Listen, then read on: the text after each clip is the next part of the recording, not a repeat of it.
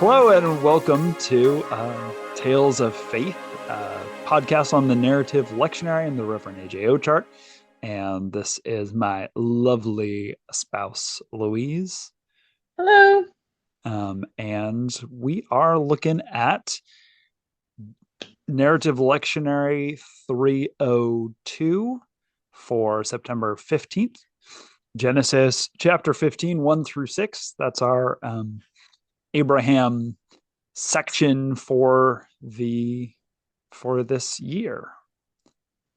So just to catch us up from where we were last time, we talked a lot about sort of the temptation in the Garden of Eden and the creation of humanity.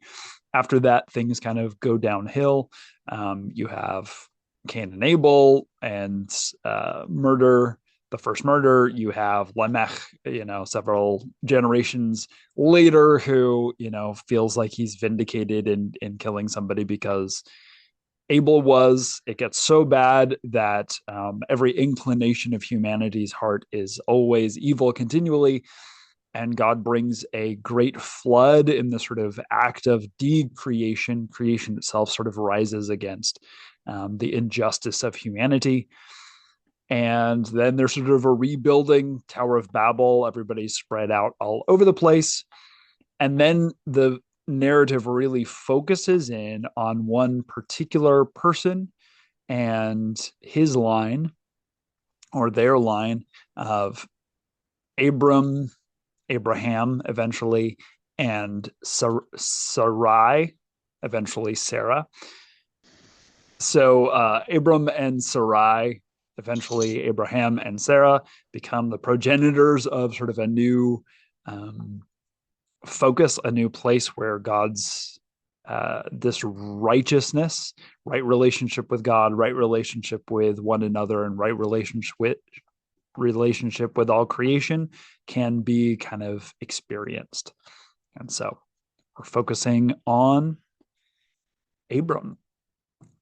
In chapter 12 of Genesis, Abram is called out to go to a place that God will show, and promises that he's going to be the father of a great nation, that his name will be great, that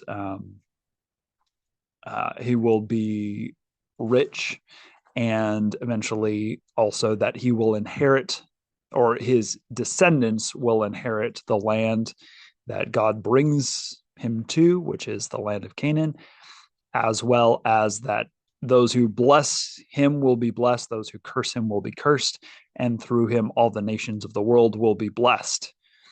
But now we're about 10 years later, and that has not come to fruition. And so we see an interaction between the Lord and Abram. So, would you like to read? Yeah, sorry, I was trying to get the dogs organized. 1 to 3? Should we just do Yeah, half? yeah, that's good. Okay. After this, the word of the Lord came to Abram in a vision. Do not be afraid, Abram. I am your shield, your very great reward. But Abram said, O sovereign Lord, what can you give me since I remain childless? And the one who will inherit my estate is Eleazar? Eleazar, yeah. Eleazar, it is Eleazar of Damascus. And Abram said, You have given me no children, so a servant in my household will be my heir. All right. So here's the big problem, right? We have these promises given by God, and basically all of them, or not all of them, but most of them, are really sort of resting on the ability to have descendants, to have those who will inherit this. He's at this point, he's gathered quite a bit of wealth, so much that he had to sort of break with his nephew Lot because they had so much livestock that the land where they were couldn't hold them. So he's been successful, but it's going to end with him. There's no one who's going to inherit. In fact, there's an enslaved person who's going to inherit. um, instead. And so there's this tension of, God has promised, but Abram's not seeing that promise at this point, which is definitely relatable content. We experience this a lot, not seeing sort of the fruition of our the things that God has promised, or the things that we think we deserve, or our timing versus God's timing. So there's a lot there. Yeah, I mean, I get it. That's one of those things that's it's very easy to understand where Abram's coming from here and how he's feeling. Um, and yet it's also easy to see the entitlement and the lack of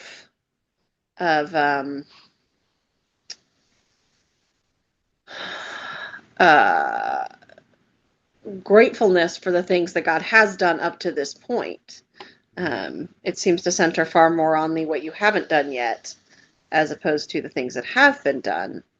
Um, and we know that God has blessed him already, and you know has helped him defeat his enemies, and all sorts of things.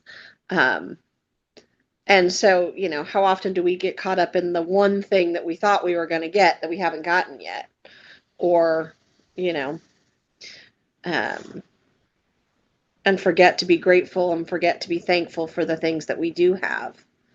Um, Back to that sort of, we talked about that theme last week with, I've given you all of the fruit in the whole garden, everything you can eat from, except for this one, and yet we focus on the one. Similar yeah. sort of thing. And that really tends to sum up a lot of the Old Testament, and a lot of the New Testament, a lot of everyone's lives. We focus on the thing we don't have. Mm-hmm. We focus on the stuff that we don't have. We focus on, you know, we don't have the newest iPhone or the newest whatever or the biggest house or, you know, um, Mm-hmm. So there's maybe a element of sort of contentment that is a part of this, or a lack of contentment. yeah. And I think that's often what we lack in our lives in general is being able to be happy with where we are, who we are, what we have, um, what we can provide, all of those things. And yet I can completely understand but I don't have a child. It took us so long to have our kiddo. And then we were only ever able to have one. And I can understand that deep sadness and that deep hurt that it has. Um, and that feeling of failure, that feeling of there's something wrong with me, so that we don't have this. And, so there is a deeper, with it being not having a child, there is a deeper sense there than just things. Um, but there is still a lack of trust. There is still a lack of gratefulness. Um, you know, Yeah, and in many ways, I think the story of Abraham all the way through, and Sarah, is a story of faith and trust, and God is going to give you these things. And just like all of us, they do well sometimes and they do really poorly sometimes.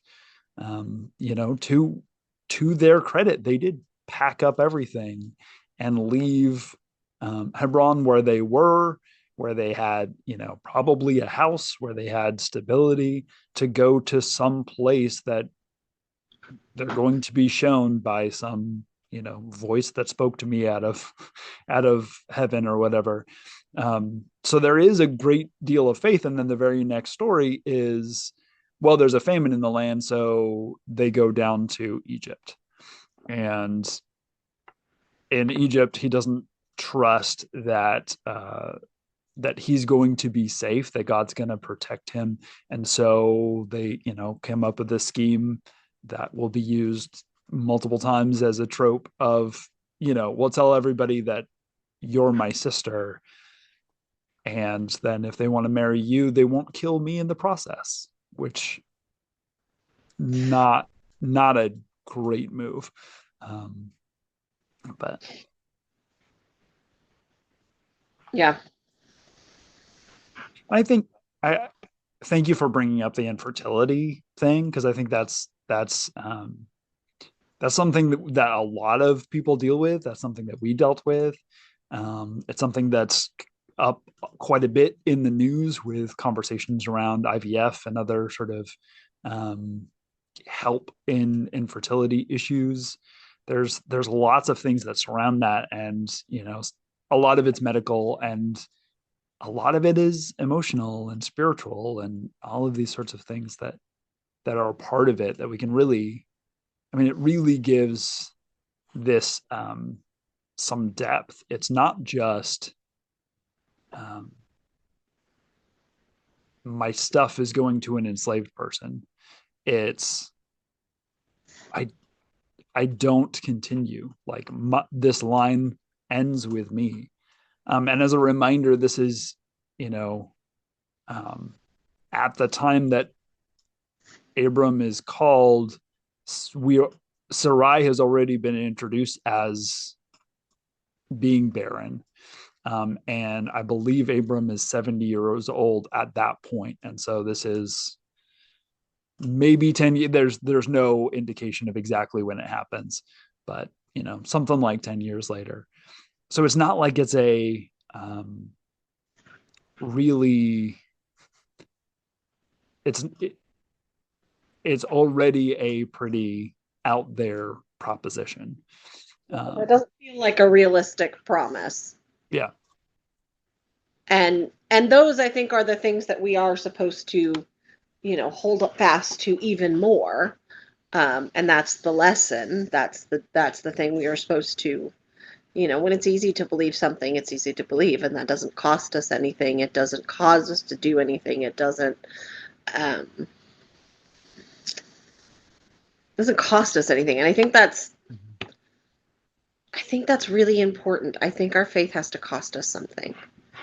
Um, Not persecution. Like that's, you know, um, we've talked about it. I think probably with your last sermon, you probably talked about, we're in America here. We're not persecuted, guys. Like, yes, people say happy holidays instead of Merry Christmas. You're still fine. Like, get over yourselves. You're not Um, going to die. yeah, but I think that there is our faith should cost something of us. It should require something of us. It should be hard. There are things about it that should be hard. Um, because the easy things aren't as fulfilling. The easy things aren't as um, I'm not trying. I don't know what words I'm trying to think of here, but it's not. The oh, if it's easy, everyone would do it. That's not what it is. But if it's easy, it doesn't have the same value. It doesn't have the same weight. It doesn't mean as much. Yeah. Um, so I do think that those promises that are out there that do really require us to dig in. Um,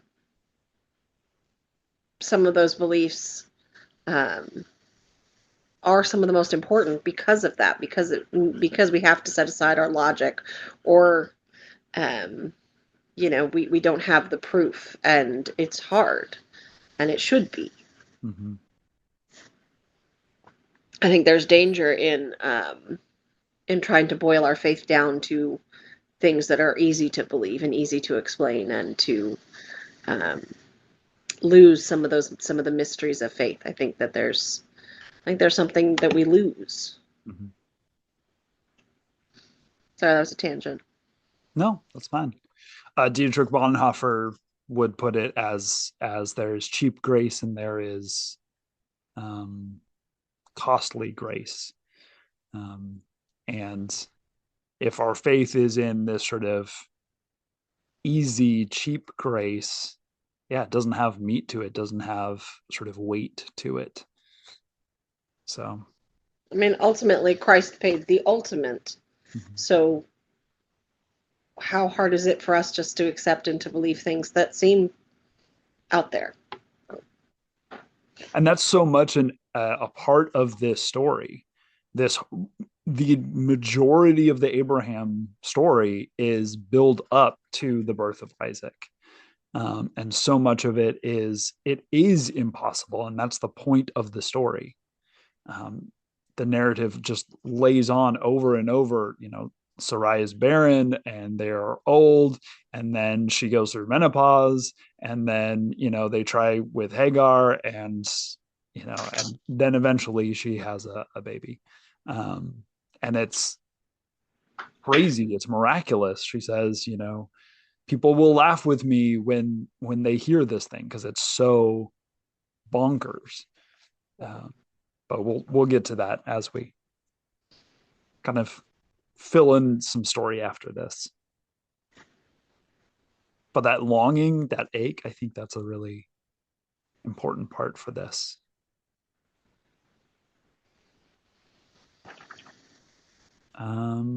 All right. Do you want me to read or do you want to read? You can read. But the word of the Lord came to him. This man shall not be your heir. No one but your very own issue shall be your heir. God brought him outside and said, look toward heaven and count the stars, if you are able to count them. Then God said to him, so shall your descendants be. And he, Abram, believed the Lord, and the Lord reckoned it to him as righteousness. That is that's a pretty important verse. But let's go back to the beginning of this. A sort of reiteration of the promise. This man, the Eleazar of Damascus, this enslaved person, is not going to be your heir. No one but your very own issue shall be your heir, someone who comes from you directly. Um, and then brings him outside. It says, look to the stars, look to the heavens, count the stars if you're able to. There's an interesting, just an interesting sort of interpretive lens, or sort of ways that we look at that. The common sort of way of looking at this is sort of um,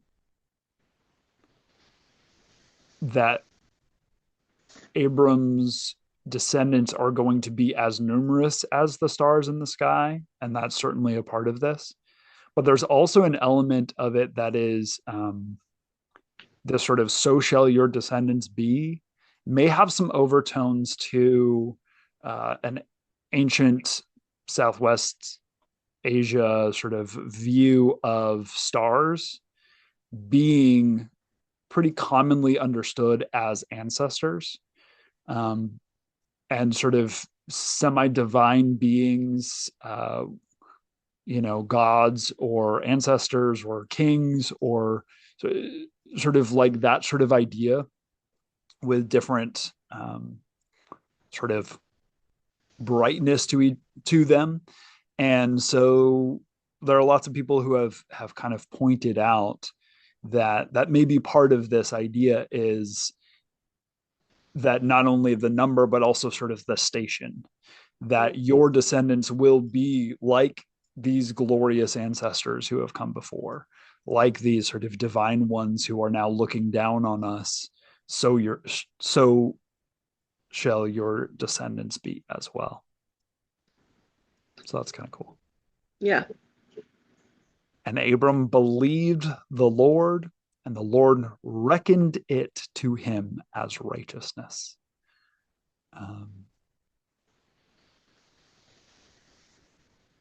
I always think it's funny that reckoned is used, and it's still used. This was Yeah.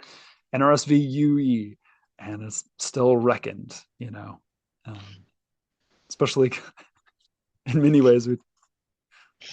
I reckon it's a, Yeah, reckon is not the same word that yeah, is. no, yeah, but it's reckoned, it's imbued upon him, this righteousness. And I think, and that's the really important part here, and why it comes up multiple times, especially in the New Testament. Mm, Um, this idea that it is not his action that gives him righteousness. It is God that gives him righteousness mm. because of the faith that he has. Um, Now, interestingly enough, the New Testament, there are two places where it comes up and they use it differently. So in Romans, this comes up with Paul specifically noting that it's grace versus works. Um, and it is, he makes a big deal out of the fact that after this, in the next chapter, there will be circumcision, a sign of the covenant.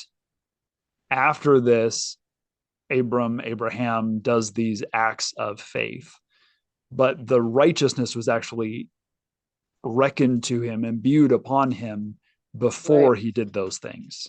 So he's not made righteous because of the actions. The actions are a sort of an outcropping of internal righteousness. James, on the other hand, written probably, I don't want to get beyond my skis, but I'm oftentimes it's looked at probably in the second century. Is Beyond, in what? did you say beyond your what? Beyond my skis, over my skis, Ski? skis. Yeah, like I don't want to get ahead of myself. I just never heard that phrase It's before. a thing people say. Okay. Okay. Um, anyways, uh, considerably later, um, and in many ways is potentially a sort of trying to be a correction on that grace stuff. And hey, let's get back on the work stuff. And so the way that he uses it is that this sort of is an act of faith. It's the thing that he does, and that's why he's righteous. So there you go. Faith and works. It works. That old that old nugget chestnut. Chicken and the egg. Yeah. Um, yeah, I mean, this is a short little section here. I don't It's actually have a whole lot wild. to say about it. Um, And it's a pretty straightforward section.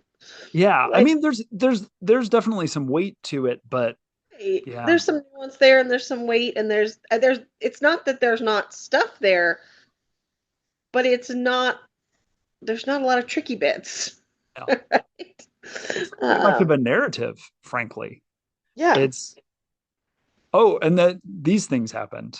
It's like it's a J.J. Abrams narrative. It's like, oh, this is a cool, this will make a really great scene. Look, yeah, we'll look up at the stars. and then we'll Okay. spin. Yeah, right. And there'll be lens Lens flares. flare. Lens flares. Lots of lens flares. Um, so it's wild that the next section is not there. But I'm probably going to use it. Um, so the next bit is as the sun was going down, a deep sleep fell upon Abram, and a deep and terrifying darkness descended upon him.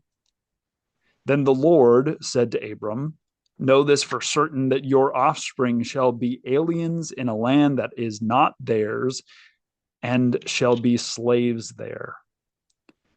And they shall be oppressed. I'm going to throw this up. Yeah.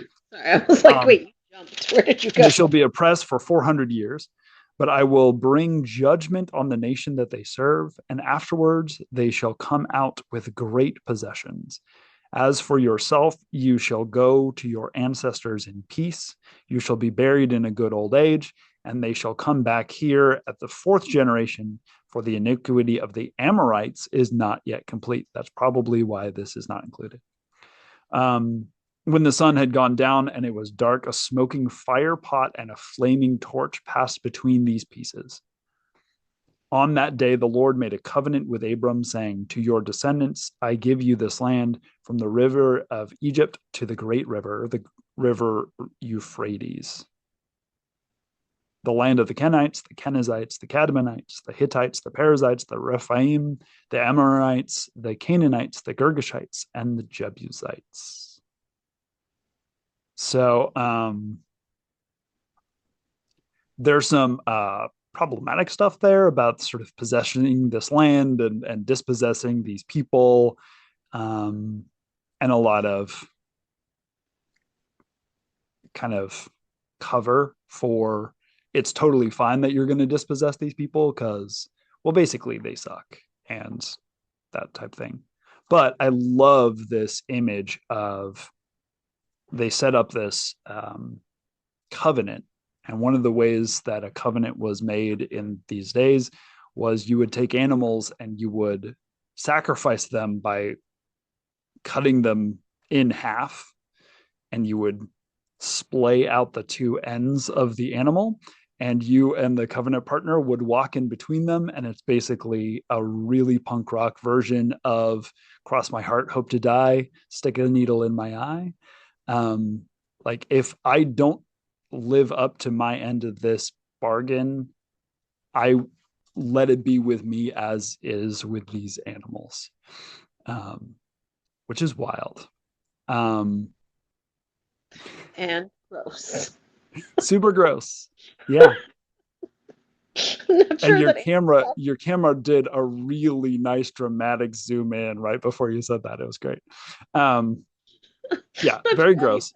Talking about animal sacrifice should start with I love this part. just note to self for your sermon. When I did this one time, when I did this in a Bible class, so the classroom, the previous teacher had all these like stuffies all over the place. And I see by your face, you know where I'm going. So I cut one of the stuffies apart. So yeah. Anyways. All right. But you know what? They remembered it. Anyways. Traumatized. But then when so they set up this covenant according to the ancient rites and all these sorts of things, right? But then when it comes to actually making the covenant, this deep and terrifying sleep falls on Abram, and a smoking fire pot and a flaming torch appear, and they go in between these animals. So God makes covenant at Abraham or Abram. Like God does the actual thing. This is a solemn promise. Abram actually doesn't have anything to do in this covenant. As I mentioned before, the next chapter, there's a sign of the covenant where he's to circumcise himself. Okay. But at this point, it's a one-sided covenant, which is really interesting. And I think plays into this idea of the sort of reckoned as righteousness. It's not the thing that you did. You didn't even actually make the covenant. You may have had an intention to do so, but you didn't actually do so because I caused this deep and dark sleep to fall upon you. I'm making covenant. I'm going to fulfill this. I'm going to do this, says God. And that's the part I like, not the flaying animals in half. Yeah. Um, sorry, anything else you want to say about that? No, um, that was as I was rereading it, that was the same thing that sort of that's. I had to go back and read the in between parts for a minute. Oh, sorry, in between part? Yeah, you skipped Oh, I did. 7 to 12. Yeah. That's where I was. That's where I was like, wait, what's happening? Yeah, that's where they lay it all. Yeah. It Then had all the animals. then Yeah. then God said to him, I am the Lord who brought you up from Ur of the Chaldeans to give you this land to possess. But Abram said, O Lord God, how am I to know that I shall possess it? God said to him, bring me a heifer, 3 years old, a female goat, 3 years old, a ram, 3 years old, a turtle dove, and a young pigeon. He brought God all these and cut them in two, laying each half over against the other. But he did not cut the birds in two. And when birds of prey came down to the carcass, Abram drove them away. Sorry, I did not read the setup for this covenant. I also do think it's interesting that the birds, the dove and the pigeon, dove being the sign of peace, um, they're not cut in half. Yeah. I mean, ostensibly he still sacrifices them, but But it does sort of call to mind a future reference. There's um, I don't remember what the sacrifice is for, but there's this whole thing where it's kind of like the scapegoat mhm. to go to Azazel, where you take two doves, I think, and one is sacrificed and then the other is released. So it's almost this sort of like one takes the burden and the other one goes free.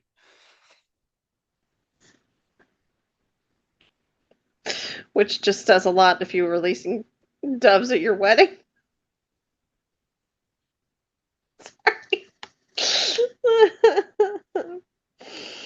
Anyways, yeah, I mean, God knowing that there's no way that Abram can actually covenant with God, Mm-hmm. um, I think is a beautiful picture of how God understands us, Mm-hmm. right? And still chooses his people, still chooses his children, Mm-hmm. uh, knowing who we are, knowing what we will do, knowing what we have done. God still chooses to love people. Yeah. Yeah. So there's this covenant that God makes sort of at or with Abram. And then, yeah, the rest of the story, just to fill it out, is we have, there's the sign of the covenant, and then Abram gets tired of sitting around. Well, he gets there's sign of the covenant, which is circumcision, and then his name gets changed to Abraham. Sarah's is named to Sarah. Um, and then they misuse Hagar, her enslaved handmaiden, to have a child. And Does again, not it's sort of that what? it does not go well for anybody. No, no. She and Ishmael are kind of collateral damage in this sort of trying to do things on their own. There's an element of circumcision in the first place that is this sort of interesting, sort of a leveling up of that. This thing is impossible because Abraham is injured in the thing that he's going to need to make a baby. Um, And yeah, and then she conceives, or Sarah conceives and bears Isaac. Both Abraham and Sarah laugh at the possibility, and so they name the child Isaac, meaning he laughs. And then sort of the Abraham epic sort of really ends with the binding of Isaac and the possibility of giving up that thing, that child that has sort of they've waited for decades for, um, and that he is not sacrificed at the end, Yeah. probably. And then that's it. That's the Abraham saga, story of faith and not faith, and faith being reckoned as righteousness. Yeah.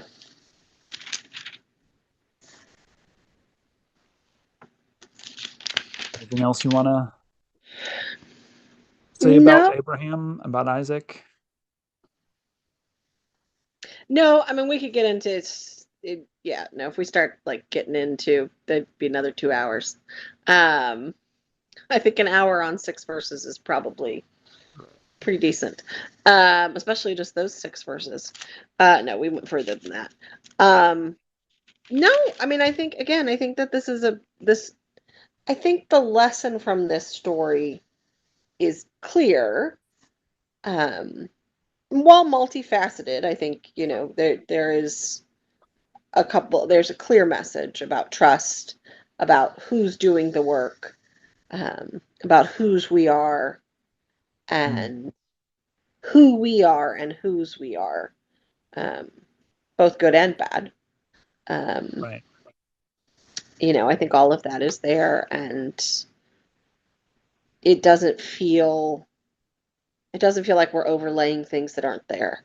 Um, so yeah, I think this one's pretty, and if I were doing this with the kids, I would be leaning into the um, believing in God's promises even when they're hard. Yeah, absolutely. When it's something that we don't see how that's going to work, we don't see how that's going to happen, and understanding that God's timing is God's timing. Um, Yeah. Sometimes we do got hard things, and it doesn't always make sense to us. So Yeah, with adults probably unpacking that a little bit, but sort of a similar view, probably going into the Romans and the James stuff of what does this imbued righteousness look like? What does that mean? Um, and that God's timing versus our timing. I think that's one we always need to hear, because yeah. we never want God's timing. We always want our timing. To be fair, I don't want anybody's timing but my timing. That's accurate. Yeah. Right? And I don't think I'm alone. No, no. Whether you're waiting or not waiting for people, you want things to be on your time, Yeah, your way. absolutely. It's not just us and control enthusiasts who want that. Hmm. We're just the ones that are most vocal about it and honest. Everybody else suffers in silence.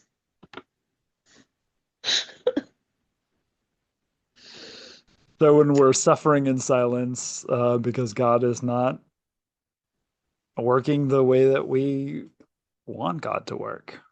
Yeah. Um, and maybe that's another place to kind of, there's the activity of waiting. And this sort of draws into some of the stuff that we were talking about last year about, what is the kingdom of God look like, and how are we called to sort of participate in that, and how do we actively kind of not mess it up? Because I think Right. that's part of the Abraham thing. It's not just a passive, would just sit back, I will take care of it all. It's this trust is an active sort of thing. Actively live as if you actually trust what I'm going to do. Right. So, maybe don't tell people that your wife is your sister because they might kill you.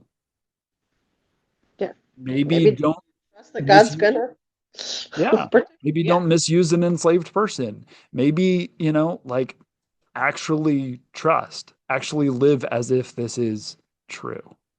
Yeah. Uh, and that's the challenge of faith, Right. frankly, at all. Right. Um, but that it's not just sitting back and patiently waiting. There are times when we're called to patience, but there's also a lot of times when we're called to live into hope, right?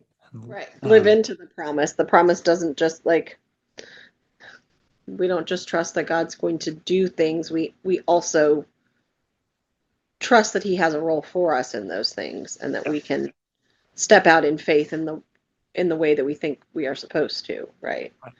Um, yeah. yeah. I think the reason I'm thinking of that is thinking about, um, I mean, it's an election year, and we have hopes and dreams and desires for certain things to go a certain way, um, and that can be really challenging to see what does that look like. And part of it is to do this stuff, to get involved and take action and speak up for what we want, um, and we feel that God is leading us to. And also maybe being patient if it doesn't go the way that we want it to. Um, and that's probably the more challenging of the two. Being patient, but also remembering that there are still things we can do Mm-hmm. even even when those things don't go right. Yeah, That there are yeah, still ways that we can faithfully serve God and take care of our fellow man and um, also women and non-binary people. yeah, sorry, it's the song is just going through my mind. Um, uh, but like I think that there is action in trust and there's action in hope.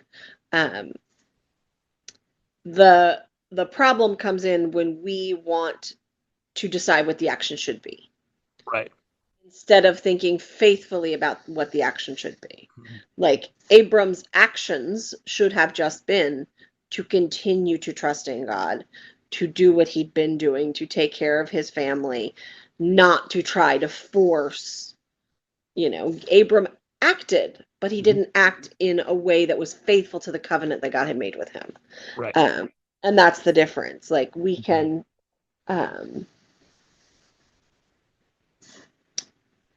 I, in our last church, there was a lot of conversations about action and what we needed to do. But the question for me was always, but are those things actually what God wants us to be doing? Or are they the things that you think we should do because they make logical sense? Right. And those are two different things. Um, God's call on our lives is not always logical. Mhm. Um, the things that he wants us to do are not always logical, Yeah. um, and not always easy. Very Usually important not easy, in fact. thing. So, yeah. Yeah. And I think it's finding that balance between, there are some folks who find it much easier to just fully, absolutely, positively trust and lean towards maybe inaction. And there are some who lean the other way and say, I have to do this all under my power, and Right. it's just me. It's just my power. It's just what I can do. And not recognize that God has a role in this. It might not be, to make, I don't know,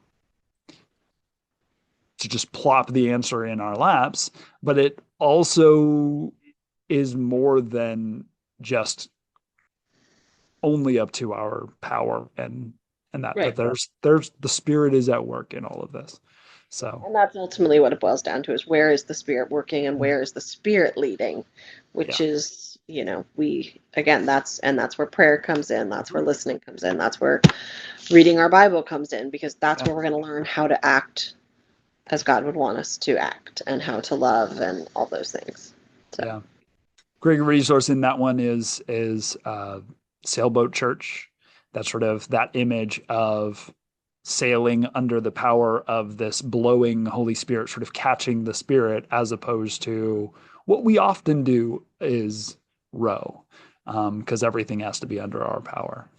Um, but you also can't sit there in a sailboat and not put the sail up. Like there's that balance, yeah. and it's important. So great. All right. I think that's That's about it. it. Short section. I may extend it. I may not. I don't know. I have to think it over. There's a lot of the like I will not. genocide kind of stuff. We're Yeah, no, no, no. Yeah, you won't be doing that bits with the kids. builds.